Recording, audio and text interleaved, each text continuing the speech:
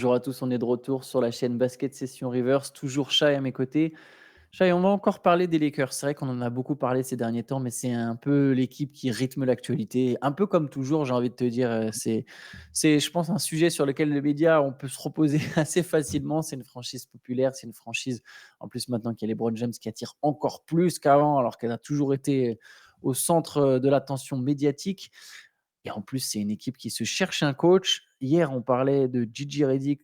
On s'était dit, c'est apparemment presque fait. Peut-être que c'est toujours le cas d'ailleurs. Peut-être que c'est effectivement Gigi Redick qui va avoir le poste. Mais il y a une rumeur qui concerne Anthony Davis sur le fait qu'Anthony Davis, Gigi Redick, c'est pas forcément son choix numéro un. Mais tu sais, hier, on disait, enfin, on imaginait qu'il y avait peut-être plusieurs clans au sein des Lakers, au niveau des décisionnaires, la proprio, le GM, LeBron, l'agence Clutch Sport, enfin et du coup, c'est vrai qu'on n'a pas pensé à Anthony Davis, qui depuis quelques jours entend LeBron n'arrête pas de à ne pas arrêter de dire que Kyrie, c'était son limite son coéquipier préféré, et c'est vrai qu'Anthony Davis, d'après les infos, de c'est Mark Stein, hein, qui les sort, je crois. Oui, donc Hem, sérieux, solide. donc c'est plutôt solide. Hem, donc il explique que Anthony Davis, s'il pouvait choisir, il choisirait plutôt James Borrego parce qu'il l'a un peu fréquenté, à New Orleans, avant de partir quand Borrego était assistant là-bas et hem et du coup, c'est on se dit que c'est forcément un peu, l'atmosphère est peut-être un peu curieuse. Ils sont pas tous ensemble, donc ça doit communiquer par message, mais je suis en train d'imaginer un groupe chat avec chacun qui donne son candidat, les discussions qu'il doit y avoir. Je pense pas que Davis soit aujourd'hui le joueur le plus influent des Los Angeles Lakers. Il est dans et voilà, il est chez Clutch aussi, hein, mais je suis pas sûr que ce soit lui qui ait le mot, le dernier mot là-dessus et a priori, ce sera quand même bien JJ Redick parce qu'il est passé dans quelle émission il est passé hier? Je sais plus laquelle, j'ai vu un extrait de 15 secondes où ils essayent de lui poser la question sur le job, sur le fait il serait tout proche de signer aux Lakers et lui dit juste, qu'il veut juste parler des finales là pour l'instant. Il dit mais je sais plus comment il formule ça, mais il dit, «Par contre Shams Charania, toi et moi on discutera après la fin de la saison». En gros, il a peut-être balancé l'info trop tôt avant que celle-ci doive vraiment sortir à la base. Mais, je crois pas que ça remette en cause la tendance qui semble indiquer que JJ Redick, sera le coach des Lakers la saison prochaine. Je pense qu'on a assumé qu'Anthony Davis était dans le camp LeBron James. A priori, Ouais.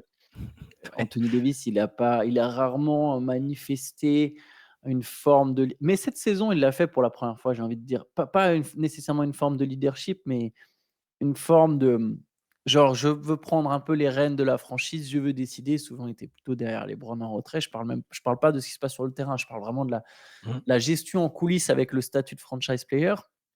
Là, cette année, il a manifesté notamment quand il fallait, dézinguer Darvin Ham, qui apparemment n'avait pas plu à ses coéquipiers, par exemple, hein. Donc il n'a pas hésité un peu à se mettre en ouais, en rupture là-dessus. Alors le mot est peut-être fort avec ses coéquipiers. Là, si on part du principe que JJ Redick, c'est un choix qui est validé par les Browns, il hésiterait pas, en tout cas ça, tu vois, l'information sort d'une manière ou d'une autre sur le fait que lui, son candidat, c'est un autre. Alors, encore une fois, Mark Stein, c'est quand même des rumeurs. C'est quand même un insider très solide. Généralement, ça sort pas une rumeur par hasard, donc ça vient de quelque part. Donc je trouve ça intéressant. Après oui, je pense comme toi que ça change peut-être pas le processus, mais tu vois, tu disais, il c'est pas celui qui a le plus d'influence aux Lakers. Par contre, il faudrait se poser la question, est-ce que c'est pas lui qui devrait avoir le plus d'influence? On ne sait pas si LeBron James, il va rester. C'est le joueur le plus important, hein, A c'est le joueur le plus priori, important. déjà, ouais, sur le terrain, mais même si tu parles juste sur l'âge et sur le futur. Sur le terrain, c'est effectivement le joueur le plus important, mais sur le futur, LeBron, là, il est free agent. Alors peut-être on imagine qu'il va rester aux Lakers, mais derrière, LeBron, il a plus beaucoup d'années, encore une fois, je pense, à jouer.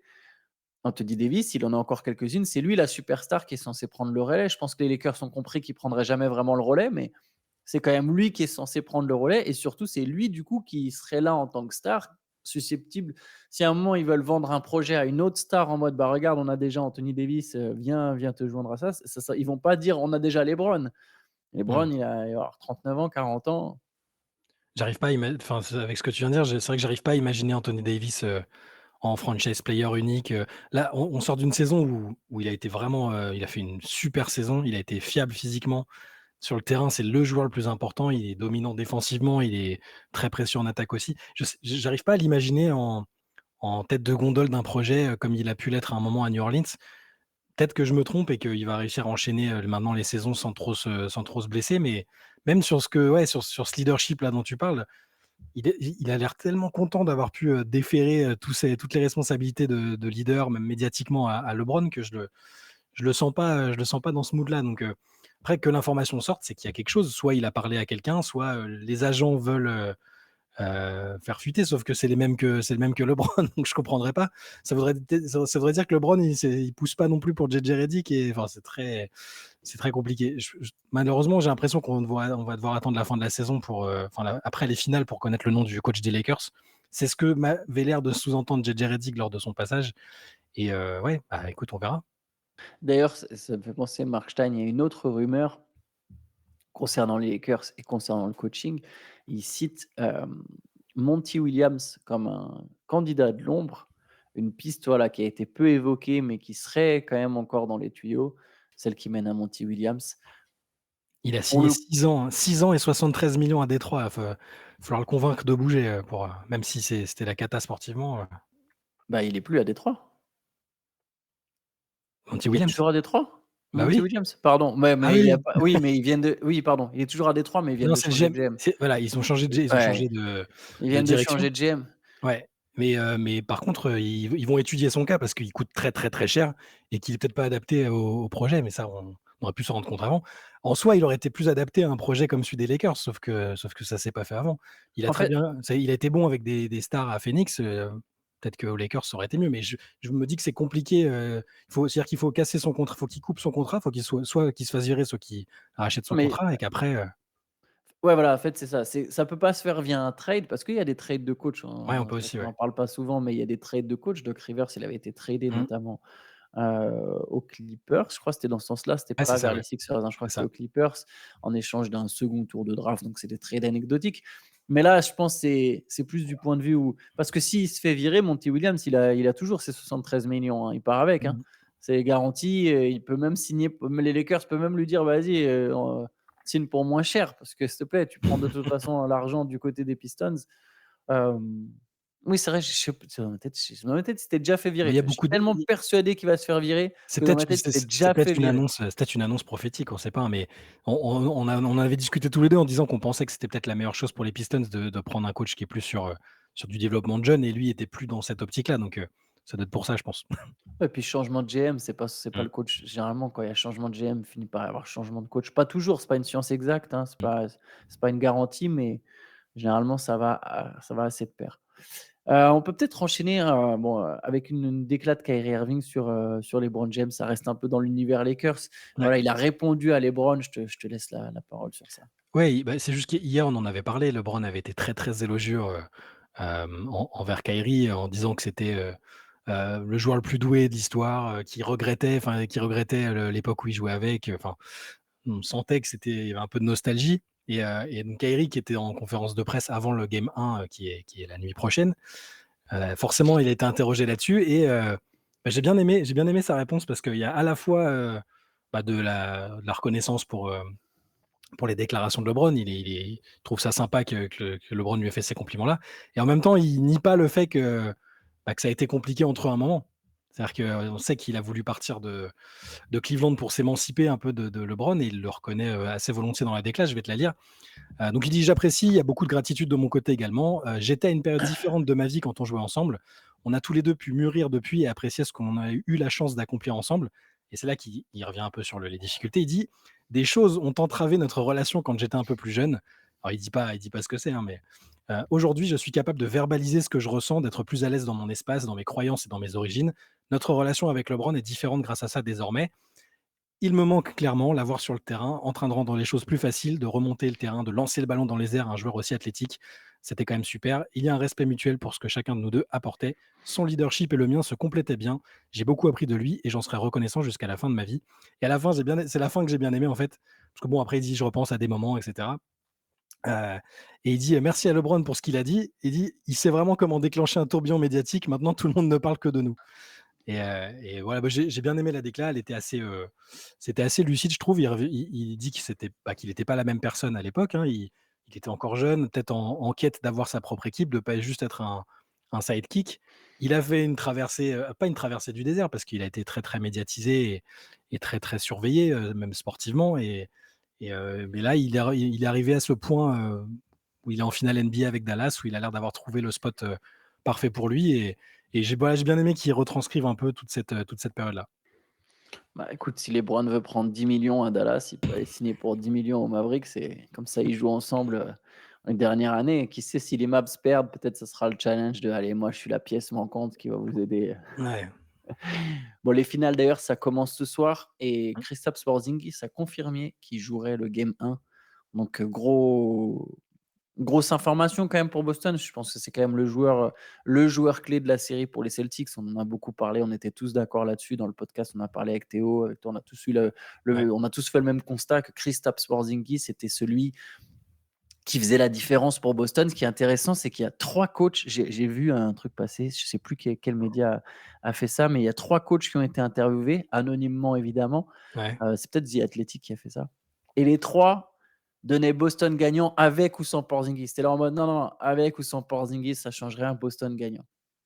Ah ouais, ça Ouais, j'ai pas fallait être courageux. On ne ouais. sait pas quels sont les 3 coachs en question, mais Ouais, mais j'avais pas plus réfléchi que ça parce qu'on sentait quand même qu'il était, il était ils l'ont ménagé, ils l'ont bien préparé pour revenir, donc j'ai jamais imaginé qu'il jouerait pas le game 1, mais ça aurait été plus compliqué quand même, hein. Sur la rotation, on en a déjà parlé sur la rotation intérieure, surtout avec ce qu'a déjà, Dallas à l'intérieur. Dallas, même avec Porzingis, a des armes pour répondre à Boston et à cette menace presque Porzingis, à ce facteur X qu'on a identifié.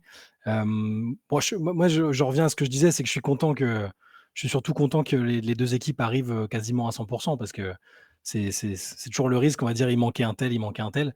Là, que Porzingis soit là, c'est quand même super, mais quand j'y réfléchis, Dallas a quand même j'ai beau mettre Boston favori, Dallas a quand même le matériel pour gêner Porzingis, mine de rien. Dans la rotation intérieure avec, Gafford, Dereck Lively, maintenant Maxi Kleber, ils peuvent le faire sortir, ils peuvent l'obliger à courir. Il y a différentes options qui se présentent aux Mavs, ce qui ne m'empêche pas de penser que Boston est, comme je le disais, devant. Mais ouais, ça va être intéressant de voir comment Dallas va répondre à ce retour de Porzingis, comment les Celtics vont se réadapter à sa présence. Il n'y a eu aucun souci d'adaptation pour lui cette saison. Tout le monde a parfaitement combiné avec lui. Et voilà, ça va être un point essentiel déjà du game 1. Ouais. moi, je continue de le dire, hein, s'il y a pas Porzingis, je vois pas comment Boston, il gagne le titre. Mm. Impossible. Donc, faudrait pas qu'il se reblesse en cours de route, quoi. Et c'est non seulement il faut qu'il soit là et moi je pense qu'il faut qu'il soit là à 105 de ses capacités et lui a reconnu qu'il n'était pas sûr d'être à 100. Après voilà, s'il est pas à 100 mais qu'il se rapproche vite des 100, bon ça peut le faire aussi pour Boston quand même. Mais je pense que c'est vraiment une clé sur trop d'aspects en fait, en attaque, en défense, protection du cercle. Gafford et Lively, ils peuvent être vraiment gênés par Porzingis. Je sais que tu la tournes dans l'autre sens. Moi, je le mettrais plutôt, Mmh. dans cette direction-là. J'ai l'impression que Porzingis, il a du talent, il peut répondre de plusieurs manières différentes et en fait, Porzingis, il joue pas près du cercle de toute façon. Ouais. Donc au contraire, il va sortir Lively et Gafford de la raquette et ça va poser des problèmes aux Mavs. On a vu à quel point Gafford et Lively, ils pouvaient être de vrais protecteurs de cercle. Je sais pas, contre la série contre les Wolves, j'ai l'impression qu'ils mettent 3 comptes chacun chaque soir. Là, ils vont devoir sans doute plusieurs fois se retrouver au large. Et tu peux pas les cacher sur un autre joueur des Celtics. Tu peux pas les cacher sur Jrue Holiday. En fait, les Celtics, ils jouent à 5 out, quoi. Il y a 5 mecs Mmh. qui sont loin du cercle.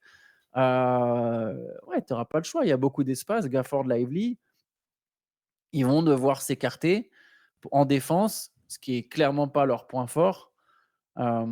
Et ça, c'est grâce à Porzingis. C'est Porzingis qui fait ça. Tatum m'a beaucoup parlé de ça d'ailleurs, notamment sur le fait que Porzingis était incroyablement altruiste parce qu'il acceptait des fois de rester juste un mec dans le corner qui est là pour étirer les lignes. Ce qu'a fait Chris Bosh par le passé, hein, par exemple à Miami. Pareil, où Miami jouait avec 5 mecs qui s'écartent pour avoir plein d'espace pour laisser LeBron et Dwayne Wade drive ou jouer des coupes, etc.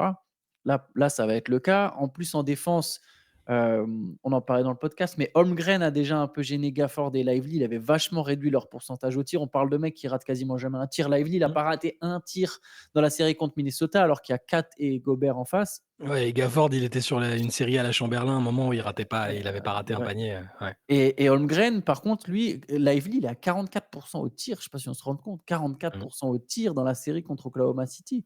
Parce qu'il y a Chet Holmgren qui, à chaque fois, venait se mettre en opposition sur chaque pick and roll quand ça roulait. Holmgren, il se mettait en opposition. Porzingis, c'est quelque chose qu'il est capable de faire. Alors, il sera sans doute en défense sur PG Washington, donc il aura du terrain à couvrir pour venir en opposition. Mais il pose des problèmes parce que même sur ça, Luka, il va constamment, il aime bien chercher le pivot adverse. Donc, il aime bien poser un écran. C'est ce qu'expliquaient d'ailleurs LeBron et Gigi Reddick. Ils font peu d'écrans petit, avec un petit qui pose un écran pour Luka, parce que le but, c'est d'avoir le pivot adverse qui vient switcher. Sauf que là, Porzingis, il va défendre sur un petit. Donc, PG Washington qui vient poser des écrans, faudrait presque d'abord poser un écran sur PG Washington pour forcer un switch sur sur Lively, pour qu'ensuite Lively vienne poser l'écran avec Porzingis cette fois-ci sur lui. Enfin bref, je ne sais pas si vous arrivez à suivre là, je ne l'ai pas bien expliqué, mais il faudrait une succession d'écrans pour que Porzingis vienne finalement se retrouver à défendre sur Luka. Et encore, je ne sais même pas si les Celtics switcheraient. Les Celtics sont plutôt bons sur ça pour décider quand il faut switcher, pas switcher. Donc voilà, donc je trouve que Porzingis est un acteur majeur de cette série, clairement. On va te préparer une petite palette, la palette à Antoine avec un Non, instrument je suis digital pas pour, assez fort pour ça. Je suis pas assez bon tactiquement pour ça. ouais, C'est le gars va pas nous faire Non, une non, petite non, démonstration tactique non, non, et je vous promets, je suis très loin, très, très loin de ça. J'ai une admiration, pour les mecs enfin oui, les mecs qui arrivent à faire ça, tu sais, les Zach Lowe et tout, je me dis: «Mais comment il a fait, quoi?» Comment il voit tout ça? Qu'est-ce qu'il se fait chier à être journaliste ESPN? Il pourrait être GM ou ou quelque chose. Enfin bref. ah bah, ça fait partie des mecs qui ont eu des propositions, il l'avait dit, hein, mais c'est ouais, c'est un autre job, c'est une autre exposition, c'est pas des mecs qui voulaient forcément être très, très exposés. Il y a pas Ouais. tant d'exemples que ça de gens qui ont passé la barrière. Hollinger, Hollinger et ça a pas marché. ça a pas marché. Voilà, il Mais a inventé l'analyse, mais c'est pas le meilleur Hollinger, non, personnellement. mais c'était un peu une référence dans le domaine à un moment quand il avait Mmh. inven c'est lui qui a inventé le PI et le Le PER, PI. c'est ça? Ouais, Ouais. ouais. Voilà, bon, ouais, c'est 2 métiers différents. C'est Ah comme mais bah, c'est on va voir avec Reddick, j'allais dire, c'est comme joueur ouais. analyste et coach NBA, c'est des métiers différents, pas eu beaucoup de réussite, pour l'instant, mais ça va être un défi intéressant. Yes. Je sais pas s'il y a quelque chose que tu veux ajouter sur CQFR? On est Écoute, parti en freestyle, en absolument. improvisation sur Porzingis. Bah, Je sais pas si les prochains seront un peu plus logiquement, à part avec le game 1, voilà, forcément. ouais, demain. Ah, cet après-midi, par contre, il y a le replay de la late session. Ça, Absolument, c'est que tu as vous avez teasé peut-être vu dans magnifiquement hier. ouais, il y a des gens dans les commentaires, ils ont dit que c'était une late session d'anthologie. Alors, j'irai peut-être pas jusque-là, mais Ah, disons que le dernier quart d'heure, il y a du Dark Pimel, voilà, il y a du gros Dark Pimel. Je crois même ça que toi je parle crois de que ton je crois que sexe. ton entrée en matière parce qu'au moment où on passe en ligne, Ouais, c'est très non, mais ça, c'est pas bon. Je pense que Twitch, petite c'est sortie sur Nasser Al-Khelaifi assez savoureuse, un voilà. petit dérapage, Petit dérapage. je pensais être en off, tu vois? J'ai été piégé comme les hommes politiques qui arrivent dans les émissions. Mais non, «On est en non, live là? C'est en direct?» c'est ça. Non, mais on a parlé évidemment de plein d'autres trucs, c'est juste que sur la fin était un peu épicée comme on aime bien le faire parfois, de manière absolument involontaire. Mais oui, le replay sera en ligne dans l'après-midi, voilà. Et du coup, demain matin, CQFR du game 1 avec un petit format un peu spécial. Vous verrez ça demain pour les matchs des finales. Petit format ah non, j'ai un dernier truc dont je voulais parler. C'est je me permets de refaire la pub pour une session. Parce que Ouais, la dernière fois, je vous ai présenté, je ne sais pas si vous êtes allés voir, parce que c'est quand même légendaire, hein. Enfin, je vous ai présenté, c'est pas moi, je vous ai présenté le mec qui vous a présenté qui vous a présenté le Bastek, époque Aztec, où c'était quand même du grand n'importe quoi, les mecs devaient s'éclater les hanches. Là, c'est le même, donc Damien Groslard, je redonne son pseudo. Je vais arrêter de donner son pseudo, de toute façon, s'il nous écoute, il sera content de se reconnaître. Il a écrit tout un truc sur le coaching, motivation d'équipe et la théorie de l'autodétermination. Franchement, ce qu'il met en avant est très intéressant. Et il y a même, je vais mettre en avant un commentaire, il y a quand même un ancien joueur pro, donc Wilfried Aka, qui est venu participer au débat et qui a répondu lui aussi. Il a donné des insights très intéressants sur ce qui pouvait se passer dans une équipe pro. Je vous invite à aller lire ça. Je n'en dis pas plus, c'est sur basketsession.com. Voilà, si vous aussi voulez participer, soit vous n'êtes pas obligé d'écrire des sessions, vous n'êtes pas obligé de mettre des trucs en avant, vous pouvez aussi juste commenter. Ça se passe. en plus maintenant on met des sessions en avant avec la session qu'il fallait retenir sur le petit côté là. Et ouais, Vous il pouvez y a le voir, on essaie d'en CQFR et il y mettre, a le SQFR. Ça commence SQFR. à faire trop de. Je m'y perds, moi. Mais Avec un non, petit je classement, rigole, c'est très bien. petit classement des top experts aussi, Évidemment.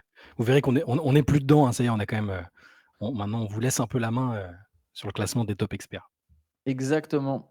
Et bah, tout ça, c'est disponible sur basketsession.com, donc allez y jeter un œil. Honnêtement, en plus, le site est beau gosse, je l'ai déjà dit, mais je me le répète souvent, donc je vous le répète. Tu peux, tu peux. Voilà.